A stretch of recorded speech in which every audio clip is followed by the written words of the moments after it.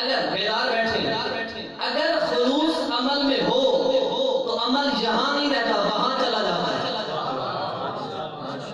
آپ نے تاریخ میں دیکھا بھی ہوگا، سنا بھی ہوگا کہ لوگوں نے خدا کی بارگاہ میں کسی نے آدھا گھر دے دیا، کسی نے پورے کا پورا گھر دے دیا، پتہ نہیں بات سروں سے گزر گئی ہے، کسی نے آدھا گھر، کسی نے پورا گھر، لیکن کیا وہ عمل خالصتاً خدا کے لیے تھا یا نہیں تھا؟ اب میں بتا رہا ہوں،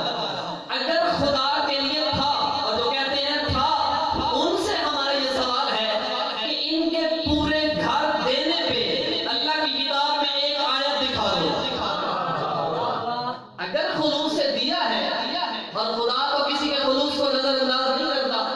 اگر خلوص سے دیا ہے تو ان کی شان میں ایک آیت دکھا، اور اگر ان کی شان میں نہیں ملتی تو آپ میں تجھے پورا قرآن دکھاؤں کہ کس کی شان میں ہوتا ہے۔ کوئی خدا کی راہ میں پورا گھر دے، اب بھئی آیت نہ اترے، ان کا خلوص اور ہے، اور کسی کے گھر سے 5 روٹیاں جائیں اور 30 آیتیں اتر آئیں، 30 آیتیں سورہ دہر نازل ہو جائے تو ان کے خلوص کا مقابلہ کوئی نہیں کر سکتا۔ یا یوں کہہ دوں کہ اگر نماز کی حالت میں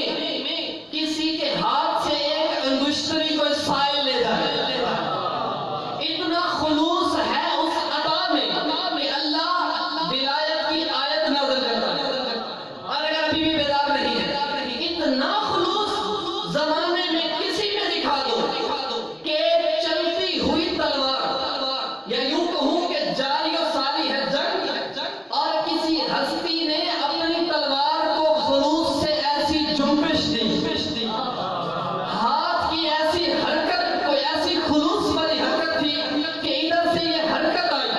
ادھر سے لسان صادق نے یہ قصیدہ پڑھا کہ علی کی ایک ضربت ثقلین کی بندگی سے افضل ہے۔ یعنی ثقلین، اگر تمام عالمین کے ذرے ذرے کو کہتے ہیں ثقلین، اگر تمام عالمین کے لوگ خلوص سے عمل کرتے رہے، ان کا وہ عمل ایک ترازو کے پلڑے میں رکھ دو، اور علی کی خندق کے روز والی ایک ضربت کو ایک پلڑے میں رکھ دو، فرمایا کائنات کے اعمال کا خلوص نیچے نظر